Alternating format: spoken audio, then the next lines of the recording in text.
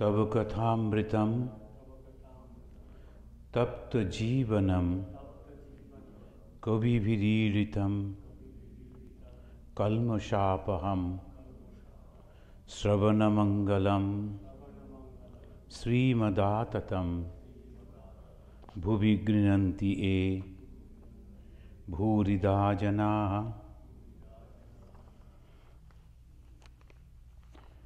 The last time we were listening to the discourses, particularly the advices Sri Ramakrishna was giving to the devotees. And in one point of time he said to Vijay Krishna Goswami, surrender yourself completely to God. But before that, the discussion was going on, and Sri Ramakrishna was talking about the different type of activities that he said Sri Ramakrishna advised that one should know the real nature of samsara. So there are two things there. One is spirituality, God, another is samsara, this jagat. Now the moment a person is stepping in the spiritual life, this is the basic knowledge that he should have. This is the world which is temporary. There is another world which is permanent, that is spiritual life. Now that is mainly. Now some people, not some, majority of the people, they practice religion, different type of religion, different type of things they observe in the name of religion. It's a sort of a protection from the providence, from the God. Not that they like God, not that they like to go back to God, not that they like to realize God. So this is the difference between the devotees, and that makes the grade among the devotees. Here Sri Ramakrishna is very sincere, and whomever he is meeting, his first and foremost thing, being an avatara, to tell people the truth. That you are suffering because you have some desire. And from this desire, if you go back to God, then you will get all the joy. Your life wants joy, your life wants to a continuation of all these things, eternity, all these things you will get if you go back to God. That is the whole teaching. Now he said to the last time we were also reading, and there he gave some examples so that people can remember. First he talked about a jackfruit. He said, if you break a jackfruit after rubbing your hands with oil, then it is sticky milk will not smear your hand. Now sometimes some people, they were working normally and all this thing, life was going on, but they were not satisfied, what to do, what not to do. Suddenly a book comes into their hand. One lady wrote to me, and she is mentioning now, she is reading the Mayar Katha, and she is thinking as if the mother is guiding her in every step. So why this? Because the condition of the mind, when our mind is ready to understand, then it is ready to understand. Otherwise it is impossible. And all other things that we see, and if we go into that, then of course we have to come back once again, we have to continue. There is nothing wrong, but the thing is, we are not understanding the purpose of our human life. So Sri Ramakrishna is giving this example that you must rub the oil in your hand. What is that rubbing the oil? The knowledge about the samsara. For small little thing we are perturbed, disturbed, agitated, and we do so many wrong things just because of the wrong interpretation of the things. So that is the saddest part of our life. We have the tremendous intellect, but at the same time, somehow, because of the Maya, the Vedantin they say, because of the Maya, we are deluded, we forget. And here Sri Ramakrishna is giving an example for the ordinary people. Nowadays the modern society won't understand perhaps, but in the village life, people they knew in those days, the break a jackfruit means you have to have that protection, rubbing the oil in your hand, otherwise the sticky milk will be in your hand, it will be so difficult. So this is the example. If you go to the world and try to do that, the work, the things, naturally you will be affected by jealousy, anger, and many other desires, and ultimately suffer. Then he gave an example of two monks. They both are monks, but one is very clear about his goal, another is not. So both are monks, they have renounced the world, both are going to a city as if. He is giving that example, both of them, they went to the city. Mostly in those days the monks used to live inside the jungle, in the cave. When they have come to city, it is something very curious. So both of them were interested to go round to see what is happening all over. One, without going and booking a place for his own stay, he was going on seeing those things. What happened ultimately? He was not getting a place to stay. So naturally, after this enjoyment, he was in pain, he was in misery, he was in difficulties. But the other one, he first went and then booked a room, kept all those things, then came out free. What does it mean? Through the story, Sri Ramakrishna is telling, understand the truth first.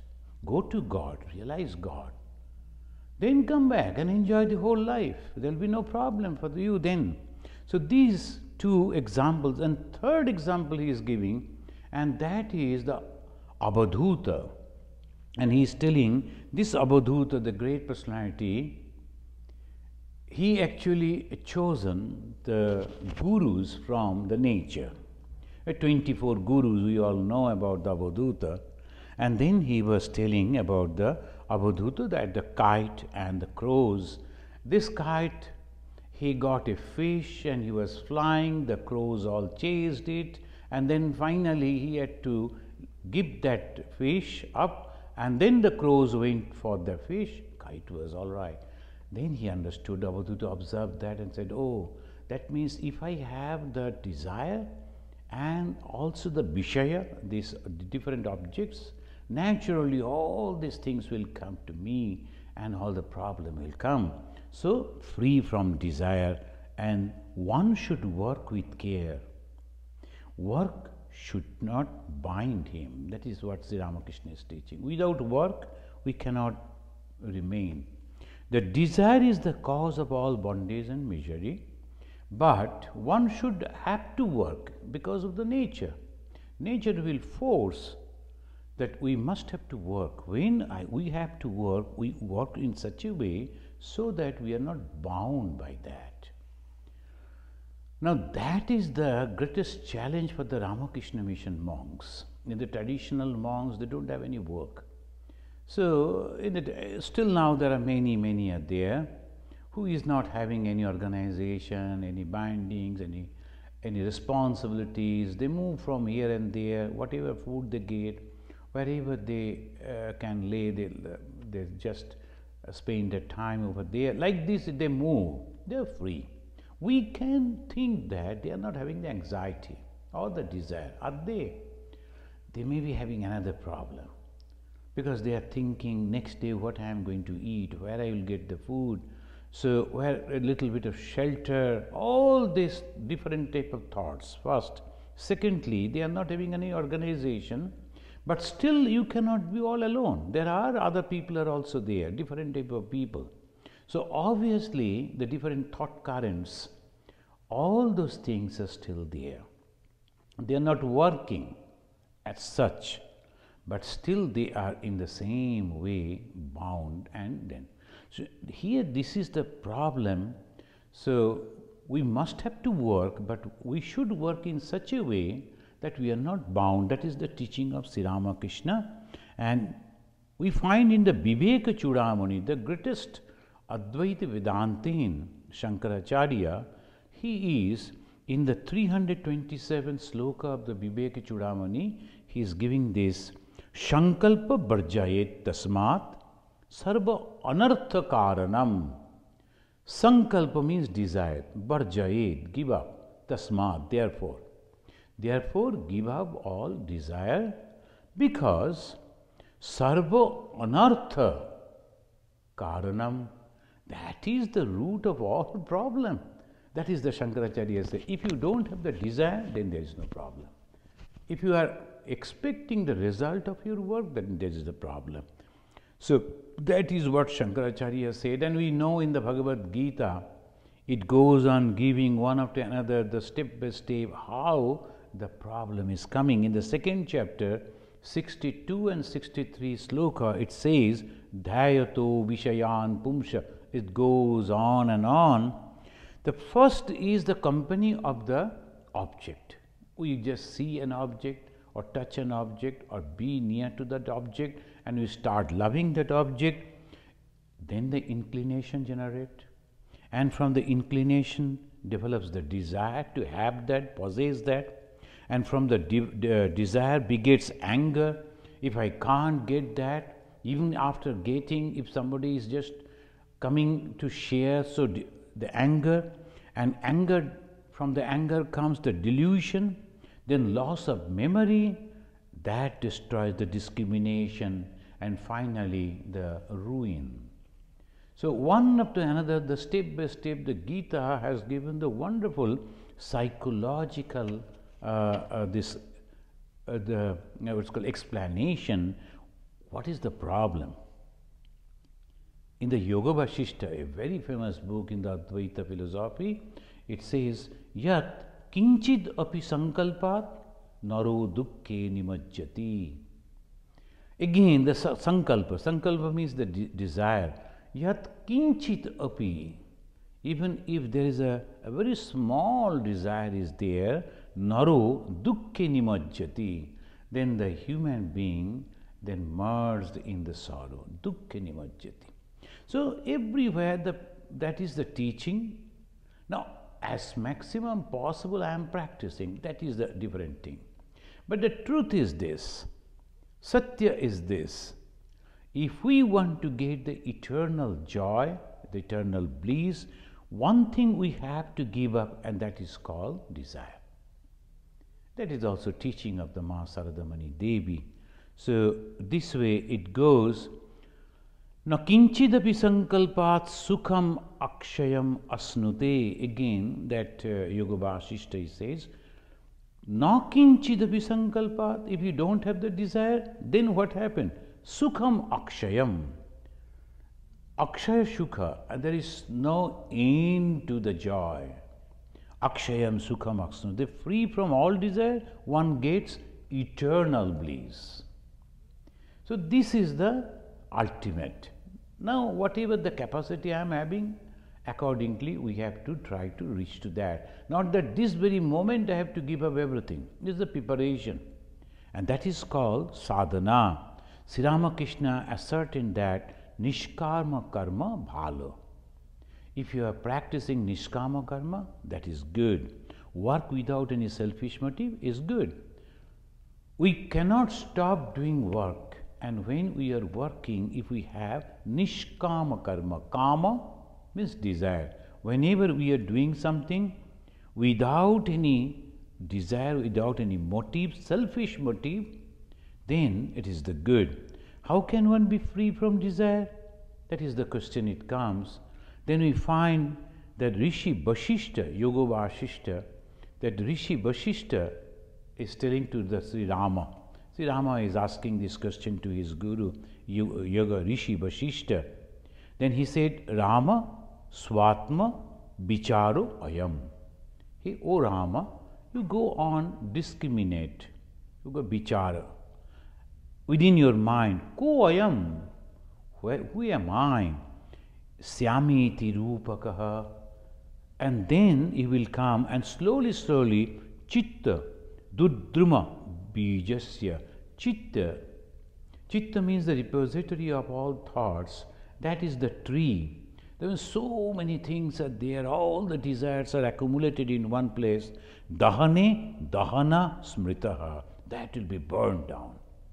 If you can burn down all the desires, then the seed won't be there. Seed of the desire won't be there. So there's a different way. They're giving the example.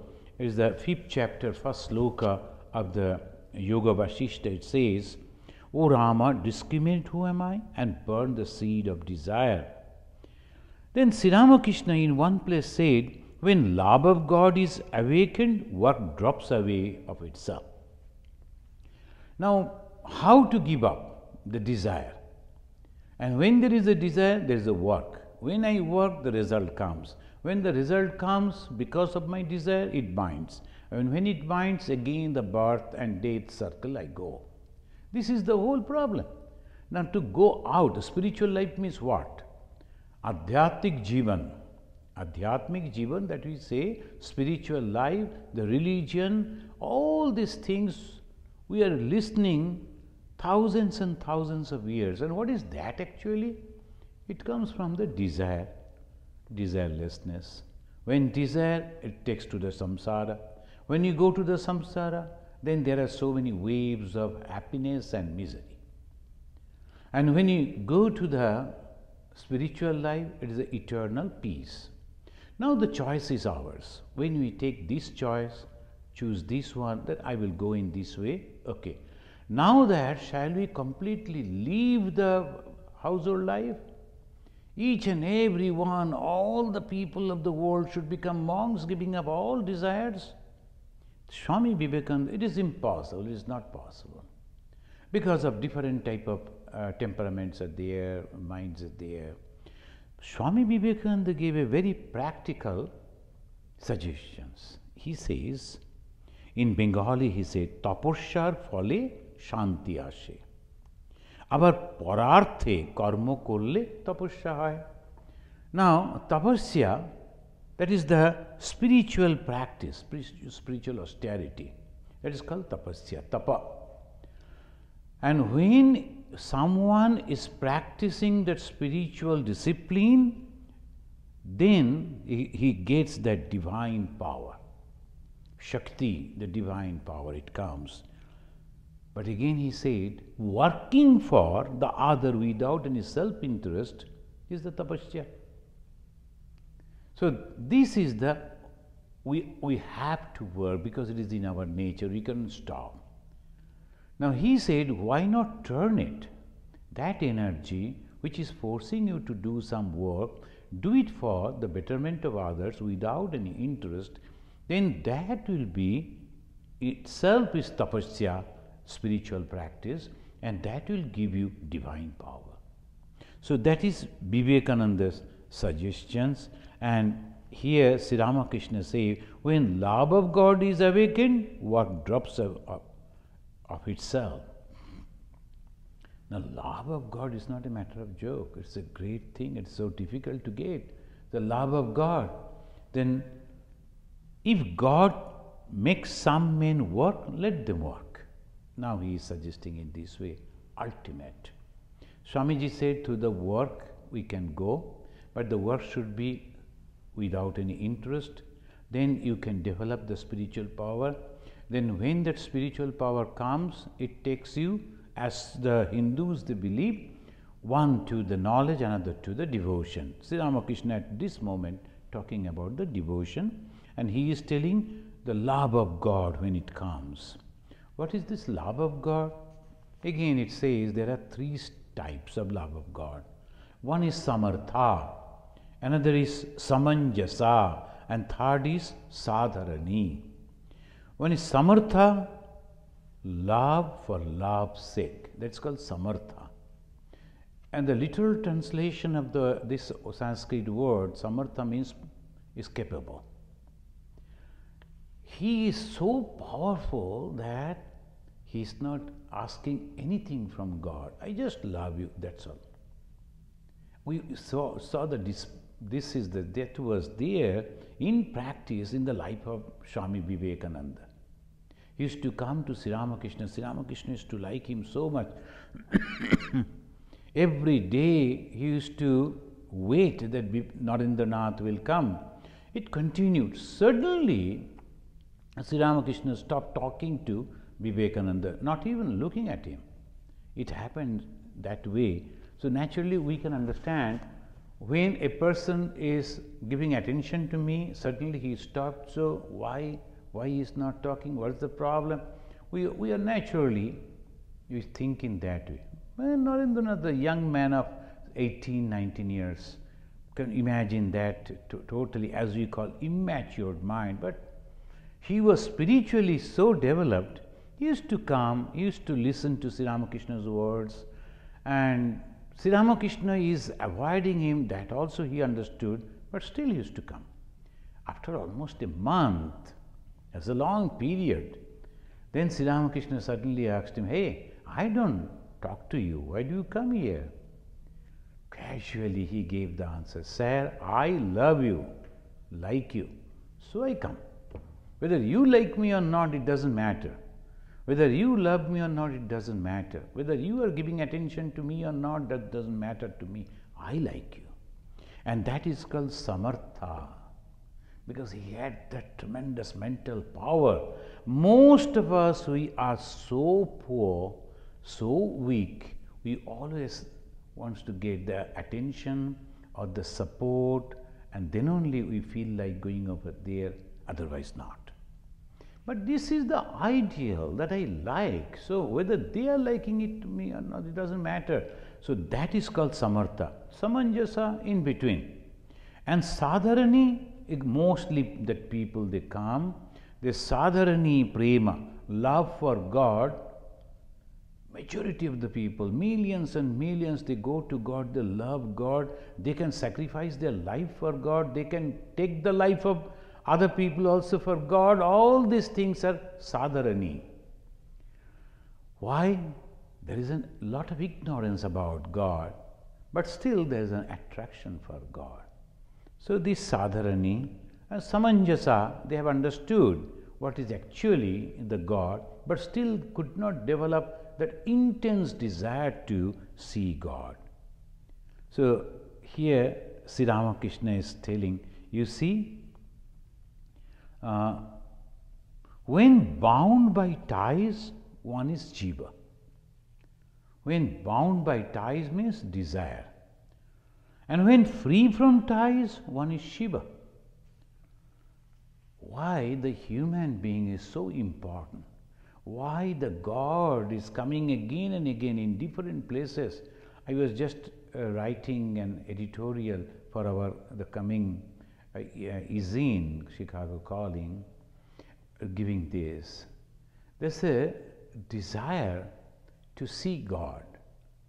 There's a jiva is becoming Shiva.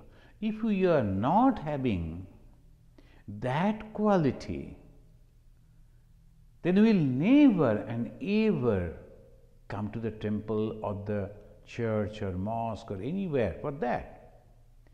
The animals or birds are desiring to go to a holy place. Do they? They never.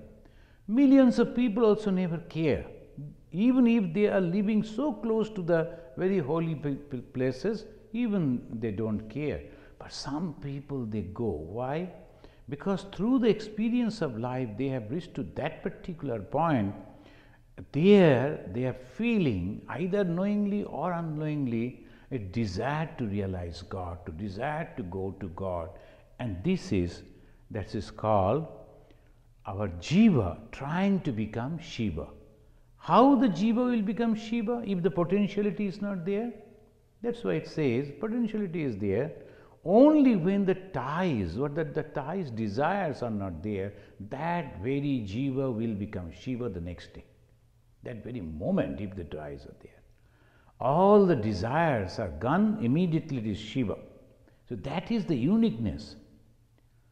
Sometimes they talk about the papi, they talk about the sinners. I went to in a group of religious leaders, they were discussing about the sin. I told, what is a sin? It is a mistakes only. Why do you call it a sin? It's a mistake. Why mistake? Because ignorance. The moment we understand that there is no ignorance, there is no mistake, there is no desire, that very moment we become Shiva. the last time in our retreat on Tantra, the jiva, according to them, is Pashu. And Pashu, when having some desire, the bind by those, this is Sri Ramakrishna said, and he was telling, you know, there are some shame, hatred, fear, caste, pride, and secretiveness. These are the bondages that ties, they bound. So before, I am so feeling shy to go to God. I am shy to tell people that I love God, I like God. So that is also a bondage. Sometimes some people, they feel shy to tell that I am going to temple. Some work is there, so I am going. Secretly they will come. Why? Because maybe the friends, they will say something, they are afraid of that. So that is, first of all, one acquires bhakti. Bhakti is single-minded devotion to God, like the devotions of your wife, etc. The single-minded devotion to God. This is very important. What is bhakti? Now, we have a curiosity about God. Some people, they come, they see, they try to meditate. Are they really devotee? No. They're curious about God. What is that? But it's a one-pointed, single-minded devotion to God. And how it is possible to develop the single-minded devotion? When I have a faith. With how the faith comes, either direct perception or inference. So there are 6 different ways to understand things, to prove things, but the first is direct perception. If it is not an inference, what is the inference? They are all great souls. I have read their lives, or I have seen them, I have met them, and I have seen how wonderful life they are leading. That means they must have got something that gives me a faith, and that develops the devotion. And slowly, slowly, when I come, when I read the biography, when I ponder over that or go on meditating on that, a devotion develops. Then that is called, as Sri Ramakrishna said, that is bhakti, single-minded devotion. Through such devotion, one's mind and soul merge in Him, H capital, that means the God. And after that comes the bhava, that is the second step. When there comes bhava, intense love. Through bhava, a man becomes speechless, his nerve currents are stilled, kumbhaka comes by itself. So we cannot imagine that type of love for God. That's called bhava. Our love for God is very, very temporary, and most of the time it is absent. Sometimes we are thinking, so that is only sadharani, that prema. Then slowly, slowly, when it becomes the single-minded, we don't think anything else but God. When that is also there, that is also a step above that, beyond that, that is called the bhava. So that's why I always say that one should read the Gospel of Sri Ramakrishna. We get the all sorts of information about the spiritual world. So particularly in the mind, some people are just going to the temple and dancing and crying, the tears are rolling down, and we feel, oh, so much thing he has achieved. Of course he has achieved, but that is in comparison with this huge world is nothing.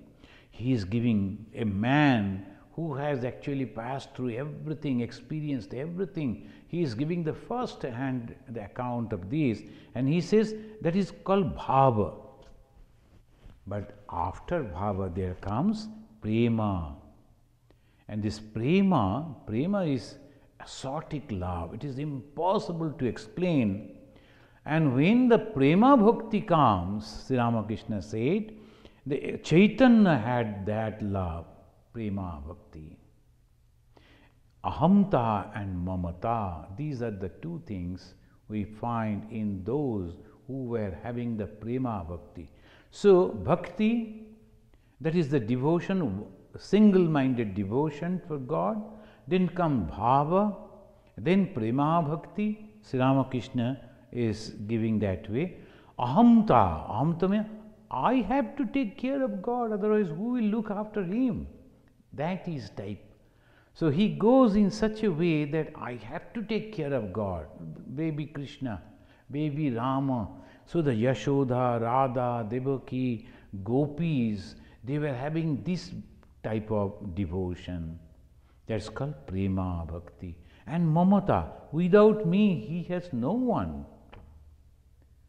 To God they are thinking in this way, without me he has no one. If I don't take care, not that they don't know God, but the love for God is so much, so they forget that God is all powerful. They always think, I have to take care of God. That is called the prema bhakti. And that has no comparison. One forgets the world. One even forgets one's own body, which is so dear to man. We remember those who have already studied the life or biographies of the direct disciples. One of them, he was escorting Ma Sharadamani Devi, and mother was going in the bullock cart. And it was dark, the road was not very, they couldn't see anything when he was going in the front of the cart. Suddenly he saw, it was night, so mother was sleeping inside, and suddenly that disciple saw that there is a depression, and naturally when it will go, there will be a jerk, and that mother sleep will be disturbed. So he said to that person who was driving that bullock cart, he said, I will lie down over there. You just roll over my body. I will die, it doesn't matter. But mother's sleep should not be disturbed. Can you imagine the height of love? It is nothing. Even a person is getting up because of the jerk from the sleep, again she can sleep. So why I have to sacrifice? Well, no, even for a second, she should not be disturbed. So it goes to that prema bhakti. Ready to sacrifice even the life for this small thing. Of course, the mother, the divine mother, immediately she understood the mind. But that is the thing that proves she is always awake. Whatever we are thinking, we are doing, we are practicing, we cannot hide from her. That is the proof. She was sleeping apparently, but at the same time, the moment the disciple, the son, spiritual son, thought that I should do like this, immediately she got up and she told, why you are behaving like this? Is it anything matters? That little jerk, and for that you are going to give your life? Never mind, I will get down, let the cross it, and then again I will climb. And anyway, they crossed that. But the thing is, this type of love, this type of sacrifice, why? Because this body is nothing, and it will be a great thing to sacrifice this body for the sake of that divine whom I love. So, Sri Ramakrishna, he started singing, because through the song you can bring that devotion and in the minds of the devotees. Oh, when will dawn the blessed day, when tears of joy will flow from my eyes as I repeat Lord Hari's name. He was talking about the prema bhakti. Shedin kabiva hobe. There is a famous song. When that day will come, the dawn of the day when I will cry for God. Then it goes on, so he talked about the divine things. In the meantime, Master Mahashaya, who was noting, he noticed that a new batch of people entering, and they were Brahmas, and some of them were Sanskrit scholars, Pandits, they came, and some government officials. The Brahmas, they were, in those societies, they were educated. So they were having that pride that we are educated people. And Pandits, they are also that way very, very proud of their knowledge of the scriptures, Sanskrit. And also the government officials, the British government officials, you can imagine how they were. Now they are coming to Sri Ramakrishna. And Sri Ramakrishna is the father. He is the spiritual father, he is the guru.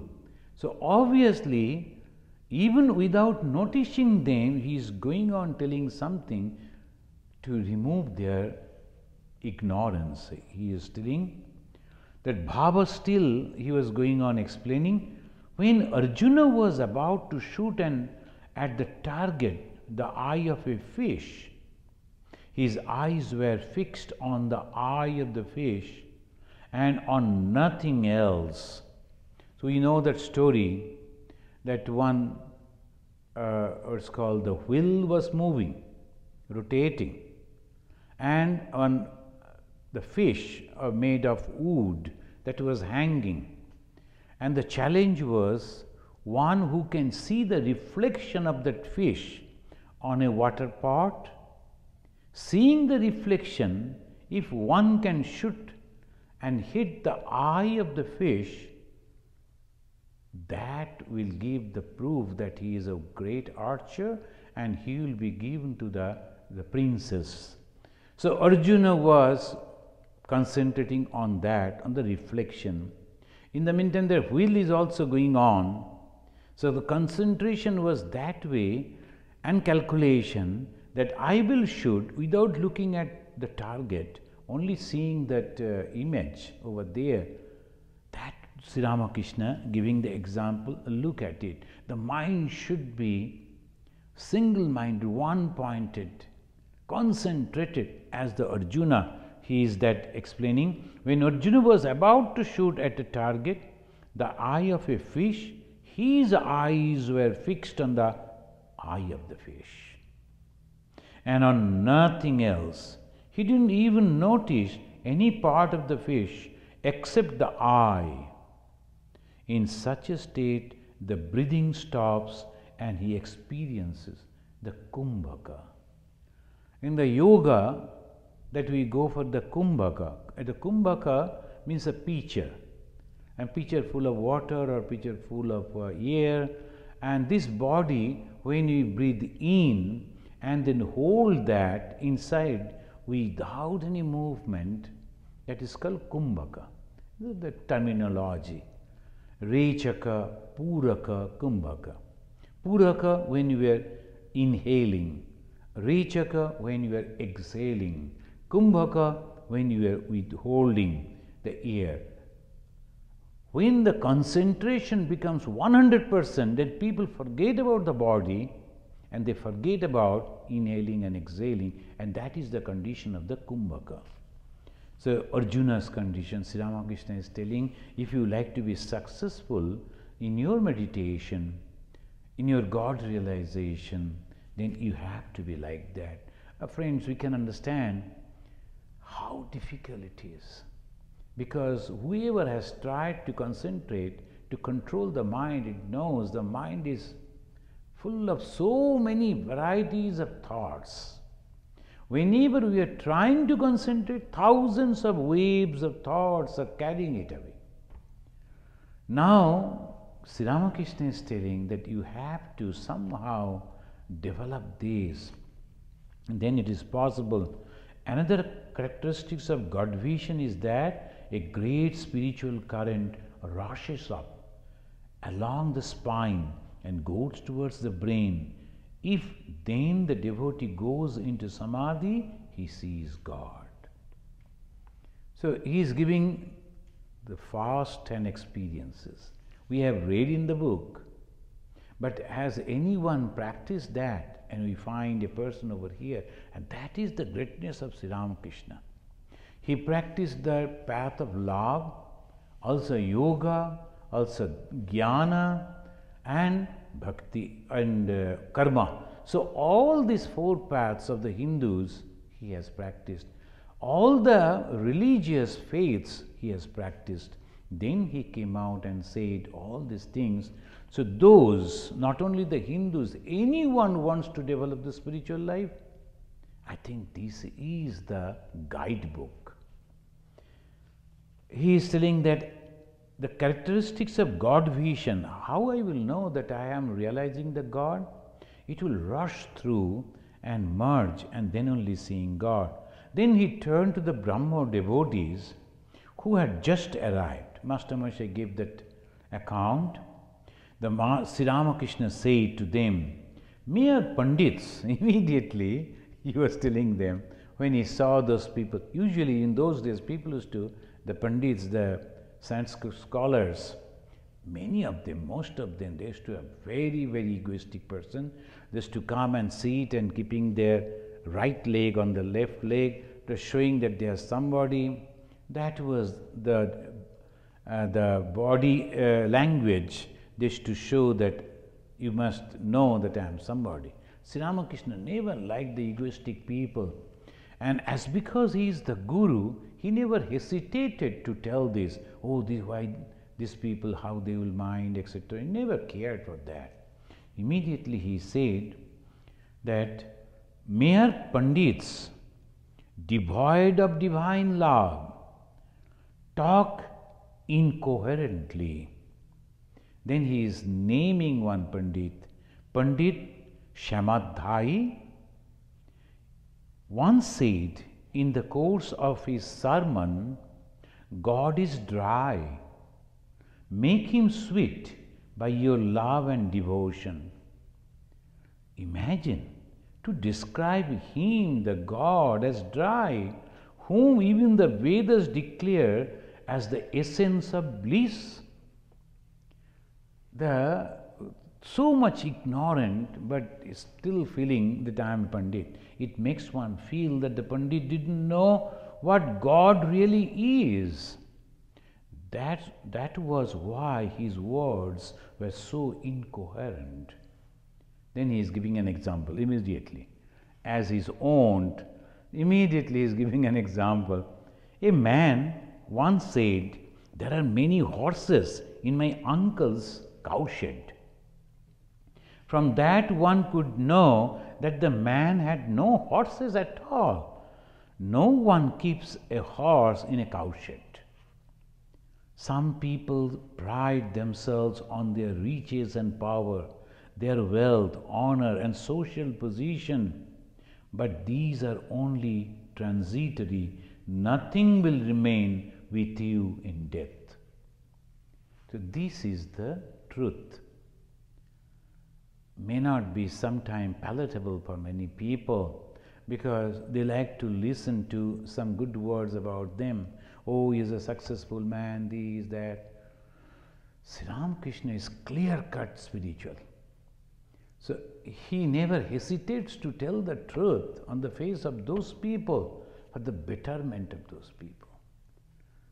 So if you are really sincere to realize God, then this is the only Guru I find in this modern world, the God himself.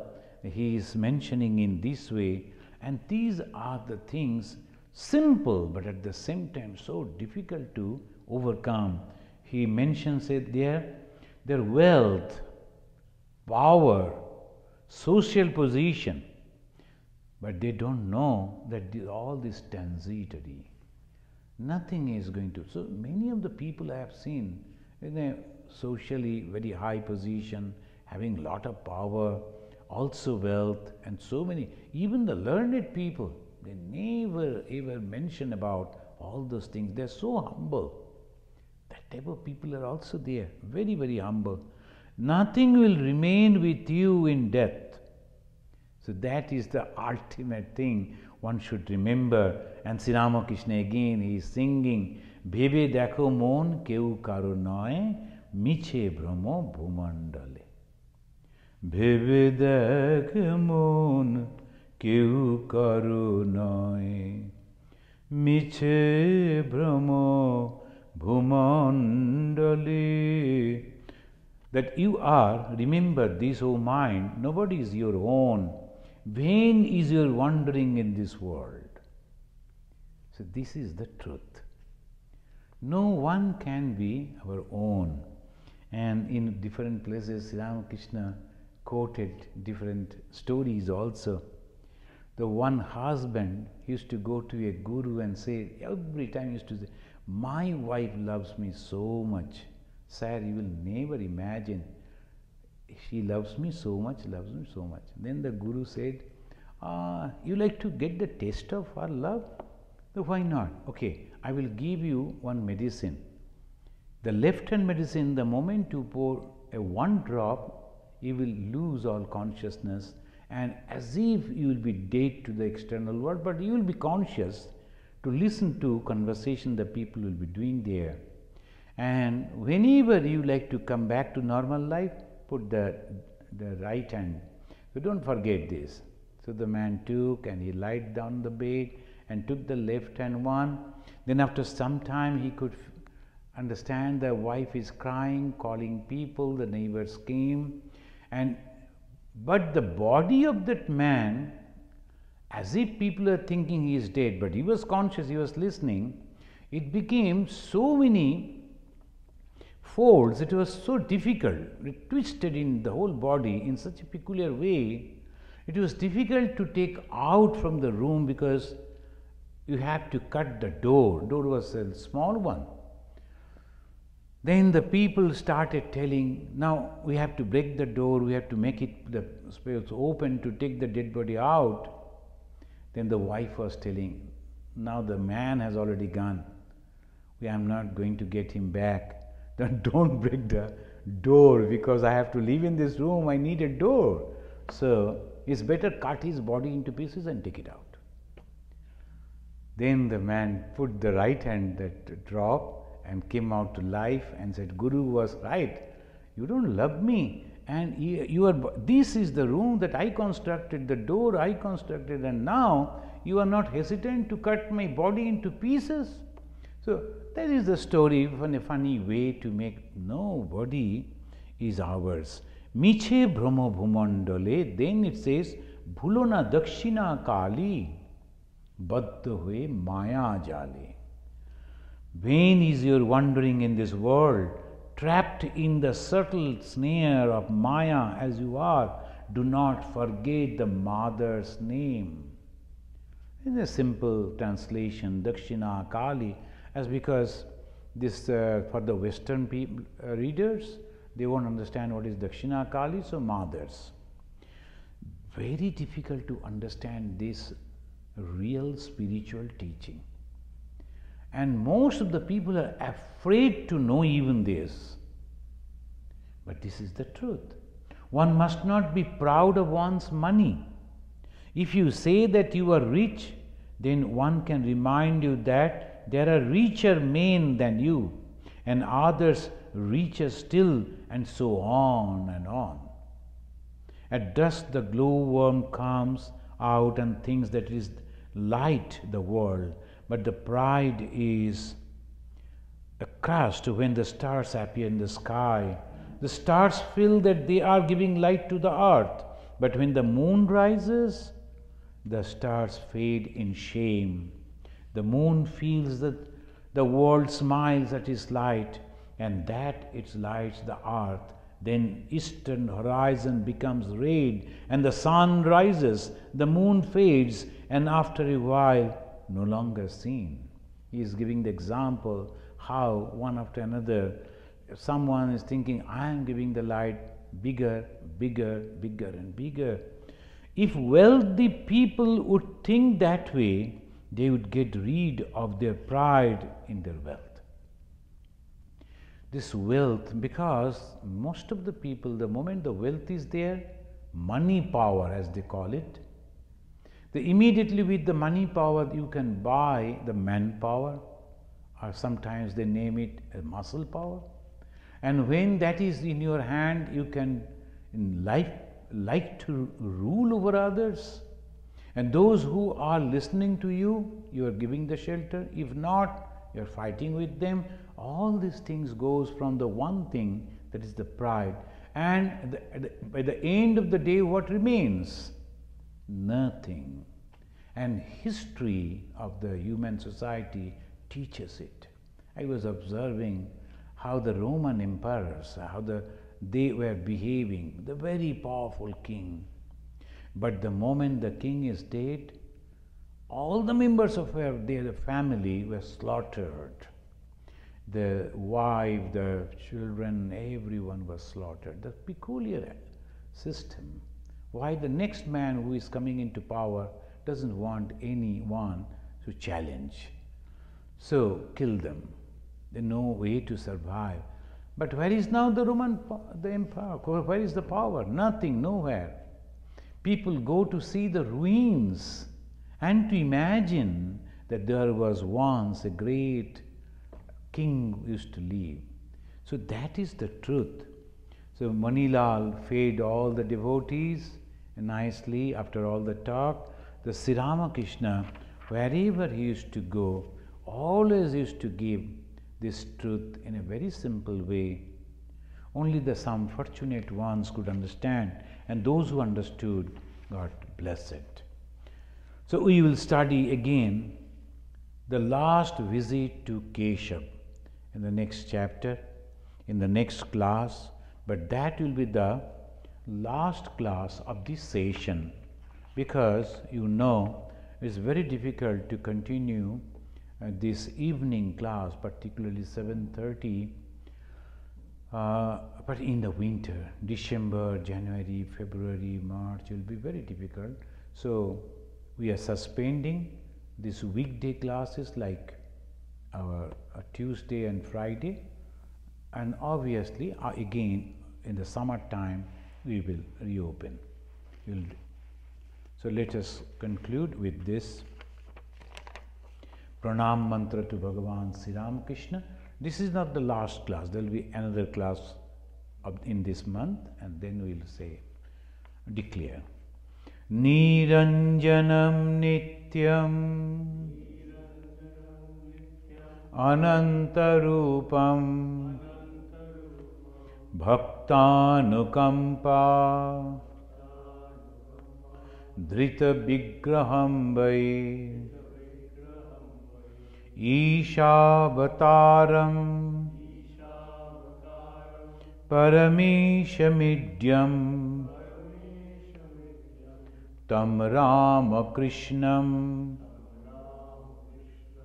Shirasa Namama.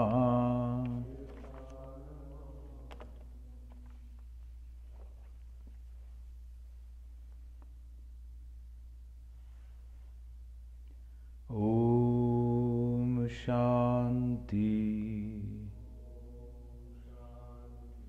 Shanti Shanti Harihi Om Tat Sat Sri Ramakrishna Arpanamastu.